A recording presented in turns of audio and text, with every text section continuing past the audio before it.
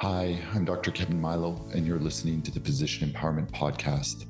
At Physician Empowerment, we're focused on transforming the lives of Canadian physicians through education and finance, practice transformation, wellness, and leadership.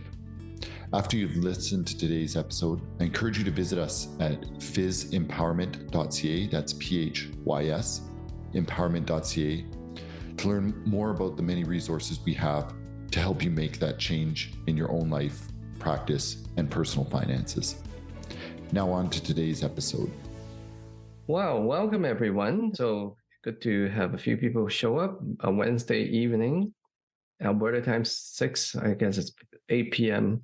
in Ontario. And so, so I'm really delighted to have this webinar.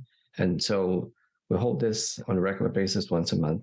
And so we're going to talk about real estate for incorporated physicians, right? So this is not for the faint of heart, I guess. And I'm very delighted to welcome everyone. And actually, I'll be turning the table around. Usually I got interviewed by Kevin, but I'm going to interview Kevin. So I'm Wing Lim, one of the co-founders of Physician Empowerment. And so I'm turning the table around and interview Kevin about this interesting topic.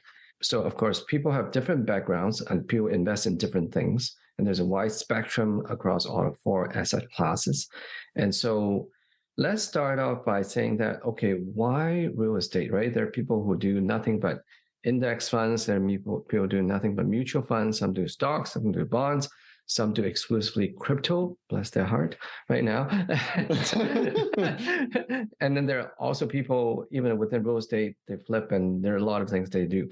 So let's just have a bird's eye view over why real estate compared to other asset classes. So, Kevin, what's your take? Yeah, let me talk a little bit about my story about real estate and why it came to me, and fairly naturally. But I come from a family where, for a few generations, there's always been somebody on either my mom's side or my dad's side who has invested and bought in real estate, and I saw a lot of wealth created in real estate.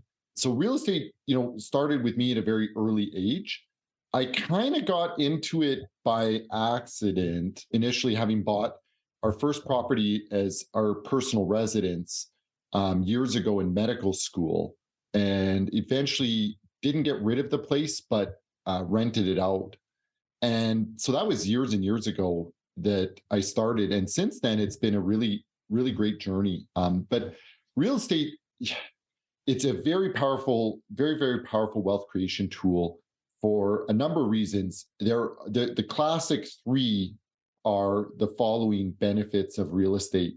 Number 1 is appreciation. So if you look historically across all different types of real estate, in buoyant markets in North America, right? So I'm not going to talk about, other parts of the world that are depopulating or aging or, stagnant economies, like the Rust Belt in the United States or things like that, where, real estate can be stagnant or drop. What I'm really referring to is a buoyant market, and it doesn't have to be red hot like the GTA or the Lower Mainland in Vancouver, but real estate appreciates. That's the first pillar of why I love real estate and why I invest in it. Number 2 is real estate, if done properly, generates positive cash flow. So if you are in a buy and hold model and it depends on the ownership structure, and we'll get into this in a little bit, but if you're in a buy and hold model and there's a tenant, whether it's a commercial tenant, whether you own your own clinic, whether you have residential tenants, ideally you're generating positive cash flow every month, which is income that comes into either your own pocket personally or corporately. And then lastly, this is the most powerful of the 3, is mortgage paydown, right? So when you acquire that property in year 1, and this is a very simple example. When you acquire that property in year 1, you're using a down payment of 20% or less, typically on residential real estate. And then you flash forward to year 26 when the property is paid off, when the mortgage is cleared, that property has appreciated in value 3 times, maybe 4 times what you paid for it. But what you didn't pay with all of your own money. You used a loan from the bank. You used a mortgage to acquire 80% of that property in year 1. So somebody else, the whole 25 years that you held the property, paid that mortgage, and that is your tenant, whether it's a commercial tenant or practice colleagues or a residential tenant. And this is incredibly powerful. And we've got our conference coming up. So for anybody that's listening to this or joining us on the webinar tonight, our conference is coming up May 6th and 7th in Toronto. We do it every year. It's an outstanding event where we talk about wealth creation for Canadian physicians. And we're going to be focusing on real estate this year because we keep getting more and more interest. But we're going to break this down in a lot more detail in May. But just put that in the back of your head that the wealth creation through real estate very passively is this mortgage pay down and appreciation. And it's stunning what the annualized returns are on that, on very, very basic, entry level real estate investing, right? Like you don't need to be out there as some aggressive high level investor who's, buying up, shiny office towers. You can make a lot of money in real estate in lower class properties for sure. So Wing, do you want to take us to the next question then? Sorry, you can tell I just keep going and going because I love it. Yeah, right. Yeah. So there's advantages of real estate. So while there are advantages of others, so how does that compare to stocks, bonds, all those others? Yeah, funds. We teach at our events, we talk about investing in the markets. And for those of you that have listened to our speaker, Dimitri, he's phenomenal, right? Dimitri has been very active in the stock markets, very active in crypto. And I always say there are many, many ways to create wealth as a physician. We have many advantages and many opportunities. It's really about finding what works for us. One of the things I love about real estate is, number one, to allude to my point earlier, is you get access to credit for it, right? So you can't walk into the bank and say, listen, I'm really good at buying stocks and bonds. I'm really good at investing in crypto. Give me a mortgage for $1 million and watch me grow it at 15% annualized return. The bank's just going to laugh you out the door, right? They don't do that. But if you say, I found a property, I want to acquire it, I need a mortgage, the bank goes, sure, right? Because the banks inherently recognize the stability and the long-term growth that real estate offers. They do not offer the same for the markets. And I think, we're in a great year to prove that point. And not that you can't make money in a down market. There are going to be many people that make a lot of money in a down stock market, but it's tricky. Real estate, for me, at least, I love because it's relatively simple. You put your money in as that down payment, you put a tenant in, and over the course of years, that mortgage is rapidly paid down, the property accrues in value, and you get cash flow. And what I'm really getting at is peace of mind. One of the central things we teach at Physician Empowerment is that when it comes to investing, your investment portfolio, your strategy should reflect your life, right? So we have stressful jobs, we work long hours. So I really don't want to be up at night wondering what the markets are doing, wondering what crypto is doing, wonder if my Tesla stock is sinking. Not that I don't know Tesla stock, not one bit of it, but just to give you a sense of like what's going on in the markets and appreciating that can take a mental toll. Whereas real estate, there's a lot more stability there, right? Like, it's trending upward. That every month, even in a down market, those mortgages are getting paid down. And so it offers a lot of peace of mind. And again, at the conference, I'll show you the math on this, where you can sit down and say, well, if I invest X amount in real estate, and if it grows at a certain very conservative rate, then I'm going to be worth millions of dollars in 20 years' time. And it's as simple as that, right? So it really brings a lot of peace of mind. So that's personally why I love real estate, and it's a very tangible asset, right? It's not an electronic signal on the internet like crypto. You can I can go look at the properties I've invested in or the properties I own directly. So I hope that kind of answers the questions. I mean, there's a lot here, Wing. Yeah, so maybe let's go one step further, right? Because the topic is for incorporated physicians. So does Absolutely. It matter whether we're incorporated? Let's talk about incorporated, and let's talk about those that are not incorporated. So real estate, as an incorporated physician, there are a few advantages. And one of the big ones is you can retain earnings within your professional corporation. You pay corporate tax on that, right? Like we all do. But then you have that extra $100,000, let's say, sitting in your professional corporation. You can then transfer to a holding corporation and invest in real estate. And whether that's direct ownership or a limited partnership or a syndicated deal or something like along those lines, it's a very flexible, relatively easy thing to do. Setting up a holding corporation is very straightforward. Your accountant and any average kind of lawyer can easily set one up, and then it can be funded with shareholder loans from your professional corporation. So in that regards, there's a huge tax advantage, at least to start out with, when you're acquiring real estate, because you're not forced to take the money out of the corporation. Because in Ontario, as an example, the top marginal tax rate, I believe, is 53.53%. So if you had that extra $100,000 retained in your corporation and you wanted to take it out and buy a rental property, let's say, well, you're going to be paying that. Most of that is probably going to be in the top marginal tax bracket, which is going to leave you with only $43,000. No, $47,000, pardon me. I'm very bad at math, especially public math. $47,000-ish to invest, right? Whereas if you held that corporately, you'd be probably sitting closer to $90,000. So that's a big spread. So you can see, like, if you're trying to build that portfolio, it can grow quite rapidly using retained corporate earnings. And again, we're going to be diving into this a lot more at our conference. Yeah, exactly. So yes, so I like what the big gurus like the Robert Kiyosaki's of the world saying that I love real estate because I borrow the money for free, right? Everything I leverage, and he brags about owing $1 billion in debt, leveraging, getting high on people's money. And I put some caution there, right? I put some caution there because there are risks to that, right? To over leveraging in real estate. And, the truth is, and again, we can show you this at June just as a side thing, but in some cases, you can actually create an infinite return for yourself on real estate by using like totally other people's money. I caution because there is some risk associated with that. And we can explain what that looks like. Can I step back and just talk about personal real estate personally? Because I own a little bit personally, and that was also an interesting journey. So, converting one of my, personal homes that I previously lived in into a rental property because I couldn't sell it in a down market with rising interest rates.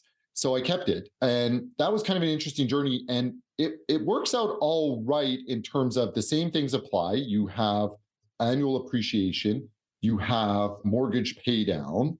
But the issue is that whatever cash flow you're making, whatever profit you're making on that place, you're paying top marginal income tax rates. So that's one of the big ones that I struggle with, is that whatever money you're going to make off of your personal holdings, you're paying, probably going to be paying at the top marginal income tax rate.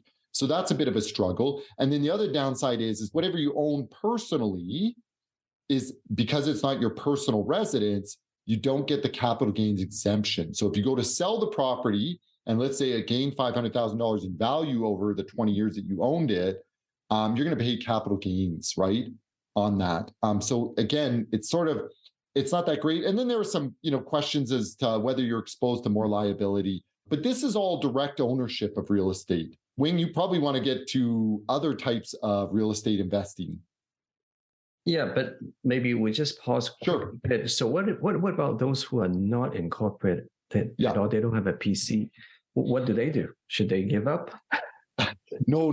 There are many ways to invest. I mean, you can run it as a proprietorship. Absolutely. Again, I would recommend very robust insurance on that, and definitely sit down and talk with your accountant, talk to your lawyer before doing anything in real estate in general, but especially, as operating as a proprietorship. But you can still invest in real estate deals, as an individual. So most physicians are what we call an accredited investor, which allows them to step into private equity deals in real estate that the average person can't access. And do you want to just explain what an accredited investor is for a minute, Wing? Sure. Accredited investor, well, there's a very technical definition, but basically from what I can gather as a layman, is you need to own $1 million worth of free property, have $5 million of cash, $1 million cash, $5 million of properties and everything you hold, liquid and illiquid, but also for most people is $200,000 a year of income for the last 2 years, or $300,000 a year of income, counting the spouse. So most physicians qualify. Yeah. So again, there are ways to invest personally. as well, even if you are not incorporated. But again, yeah, sorry, continuing. So we step into it already. So we're ahead of ourselves. So yeah. So then, what are the different ways to own real estate? Yes. So let me talk about my journey a little bit, and why I'm changing, growing, maturing as a real estate investor. And for anybody that follows Yat and Chada's podcast, I was on there talking about my own real estate adventures and lumbar puncture night, which was pretty memorable. People still mention that when I bump into them. And I won't go through that war story again. But the bottom line is, like, I started out investing in real estate buying doors, right? And that's sort of the colloquial term we use for acquiring small single family dwellings, whether it's an individual condo unit or apartment unit or an individual home or a duplex or fourplex. But what I'm getting at is something small scale that I own myself as an incorporated physician, and then go and effectively manage it myself. And even with a property manager, it ends up being work. It's always work, right? And I think this is one of the things that turns people off of real estate, right? And so I bought enough doors that I got to a point where I had quite a few doors, if I can be honest with you, that was keeping me pretty busy, in terms of phone calls about some small issue, big issues, vacancies, paperwork, bookkeeping, accounting. There was a lot there that added up. And I've got property management on most of my doors, and it's excellent. But in the end, somebody's still going to phone you about things, even if it's not you in the middle of the night dealing with that broken toilet. Which after a while, when you realize, like, if I keep going down this journey and keep just buying more doors, I'm just going to get busier and busier until I bought myself another job. Right. And I'm busy enough with emergency medicine and raising my kids that I really don't want to take away from my personal time. And to go back to echo that point earlier, this is about building a better life, right? Whatever we invest in, whether it's the markets, crypto, right? This is not the year. Whatever it is, it should be buying us peace of mind, right? So there comes this kind of tipping point, and every physician's different. I mean, some people, I'm sure there are physicians out there with like 50 doors and love it, right? I'm nowhere close to that, and already feel busy enough with what I've got, realizing that, as somebody who was initially very hands-on, like, I'd go paint walls with my kids because I want to teach them a little bit about the business. I can swap out appliances like nobody's business. Maybe it's all that practice on central lines and, airway equipment. It just gives me these handy skills, swapping out appliances. I don't mind it, but I realize it's time consuming. As I get busier, I'm going to struggle with this, right? And even if you have to find a contractor for a lot of this, it becomes difficult. So now this year, for the first time, is I finally stepped into private equity, right? I realized that I didn't want to keep scaling up, getting more and more doors, more and more mortgages, and more phone calls. Even if I am making money and loving that part of it, there comes this kind of tipping point where, as a busy physician, I say to myself, how much of my time, even personal time, can I deploy here? And so that's where I stepped into private equity. And that's where I really think most physicians are going to be happiest, right? Because I come from a background where I grew up enough around this stuff to understand it. I'm pretty handy. But at some point, if you're busy, you may just be, as a physician, you may be much more interested in private equity. And so physicians make a lot of money in this space when it's done properly.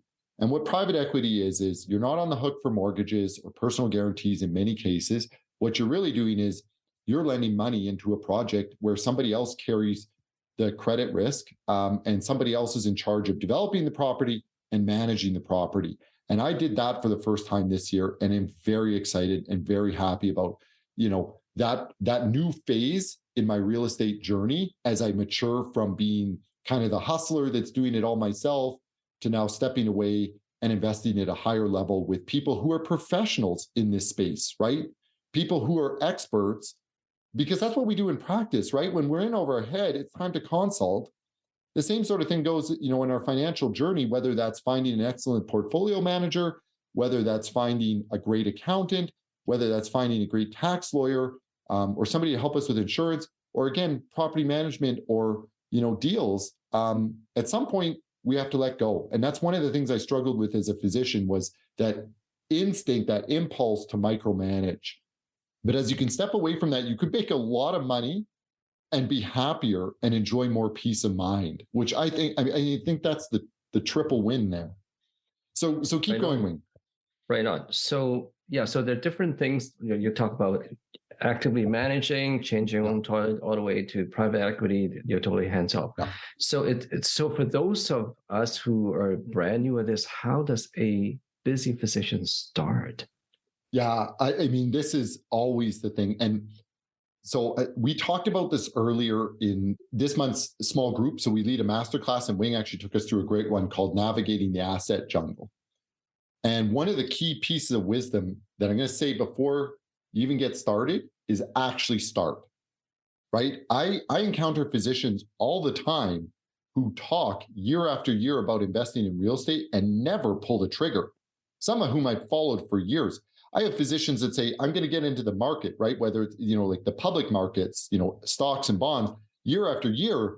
And you find out that they have 6, even 7 figures worth of cash stacked in their professional corporation because they are too scared to finally step out and put it someplace, knowing that your cash is dropping in our current inflationary environment by 10% a year. So if you have, $800,000 in cash stacked up in your professional corp, and you're too scared to invest it in real estate or the markets or whatever, you just lost 80,000 this year in purchasing power, right? So the first piece of wisdom in this space is having the courage to actually do it, right? So saying to yourself, I'm never going to know everything, but at some point I have to step out there and do that. And you know what? That's not that different than our clinical careers, right? I mean, I remember my first few weeks in practice being like, oh my goodness, there is a lot here, but it's on me because I'm now an independent physician. I mean, we have to carry that same mindset of being able to step out knowing that we don't have all of the answers, knowing that there's always going to be some risk. So the first, piece of wisdom is do something, number one. The next piece is realize that you cannot fully eliminate risk. And that goes across any asset, be it, crypto, the markets, real estate, whatever you want to buy. There is no zero risk here. So be willing to accept some risk in real estate, create that wealth mindset, which is optimistic, informed ability to manage risk, right? We're not talking about blind gambling, and we're not talking about blind trust of the professionals you're working with. We're talking about, understanding risk, right? And being able to accept and put a little bit of money on the line. The next big one. Sorry, let me interject to put a plug in. So the masterclass that we're doing next month, December. December, we're going to do the risk jungle, navigating the risk jungle. Ooh, so we're going to good. I love it. That one took me years to learn, and I'm still learning it. For anybody that's on this webinar, drop us a line, email us, because we would love to have you join us just to drop in and see what a single webinar or masterclass with Wing looks like, because they're outstanding. But yeah, we're going to talk about risk. So let me move to the next thing here. In what I recommend is first steps, and this is start reading, start learning about real estate so that you understand how it works, so you understand the terminology, and you can begin to talk the language a little bit. And again, you don't have to be the expert here. You don't have to be the most knowledgeable person in the room, but just having some awareness goes a long way. The other thing that I anchor to through the good times and the bad with real estate is those 3 truths.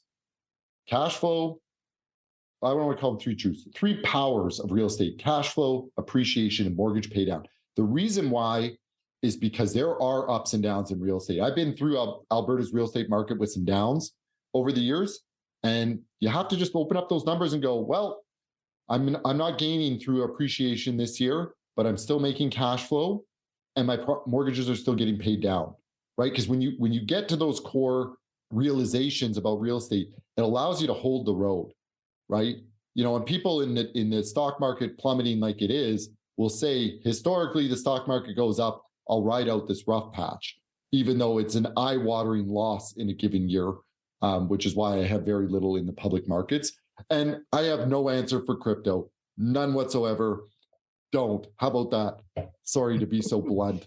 Yeah, crypto keeps coming up, but it's just, this is the month that FTX went under. So anyhow, just going on about like educating yourself in risk, educating yourself in the basic terminology of real estate, and having a commitment to say, okay, I'm not going to freak out here. I am going to put some money into a project. And you can start small, right? You don't have, do not go throw $1 million into a deal, right? As your first deal. Like, don't do that. There's no rush. There's always new real estate deals coming up, always new opportunities coming up. So go cautiously, go slowly, and get comfortable with what you're doing. And then once you see those returns coming in, you can start saying, okay, now I get it. I'm okay with this. And you can gradually put more and more in. And that's how I did it. And 15 years on, I couldn't be happier. Right on. Yeah. Cool.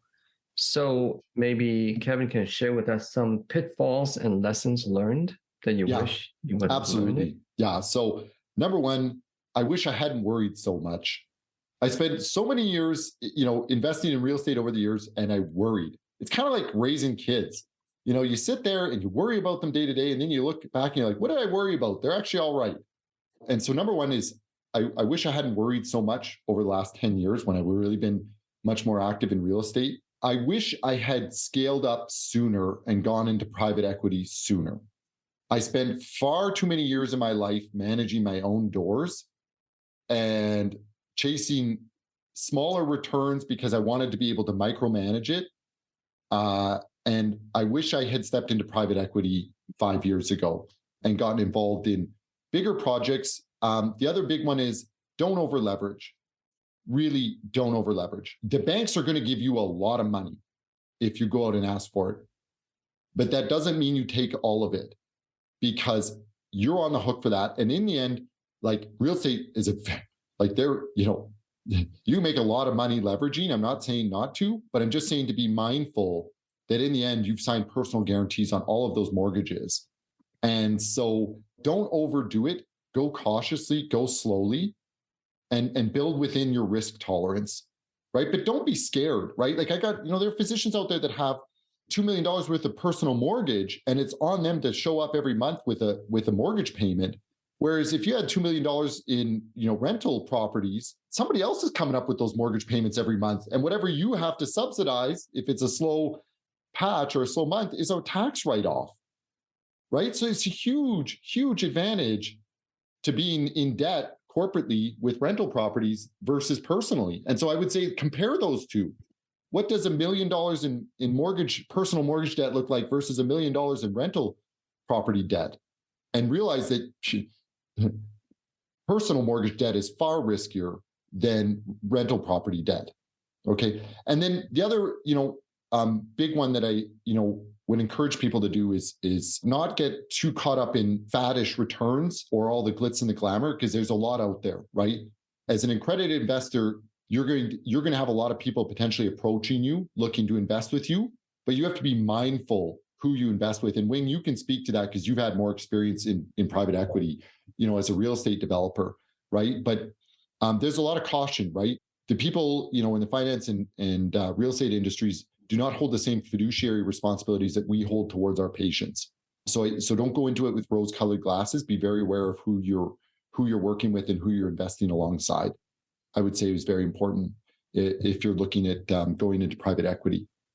Right on. So those are really good pieces of jam that you offered, Kevin.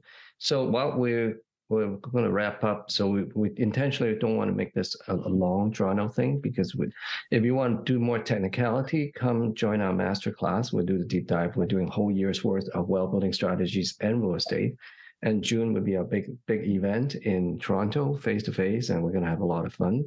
And we're going to plan for some nice trips down the road. This is a further down project. Yeah, exactly. Lots of great opportunities to come together. But yeah, we're going to be talking about this in a lot more depth in May in Toronto at our national conference. So again, that's May 6th and 7th.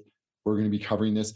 We are just in the process of moving to new email. So this is my personal email that I just sent out to our webinar participants, but reach me personally if you have questions or you want to learn more. Because there are a lot of great opportunities in real estate. And in my opinion, every physician should be invested in real estate. Not all of it, right? Like, you can be diversified if you want, but I'd say every physician should be looking at real estate because there are just so many advantages as an incorporated professional to invest in this space, and so much return to be had and peace of mind. Like I said, real estate's been such a positive thing in my life. Yep. All right, good, super. So thank you. I want to thank Kevin for sharing your wisdom, and I want to thank everybody for joining. Thank you so much for listening to the Physician Empowerment Podcast. If you're ready to take those next steps in transforming your practice, finances, or personal well-being, then come and join us at PhysEmpowerment.ca, PhysEmpowerment.ca, to learn more about how we can help. If today's episode resonated with you, I'd really appreciate it if you would share our podcast with a colleague or friend, and head over to Apple Podcasts to give us a 5-star rating and review.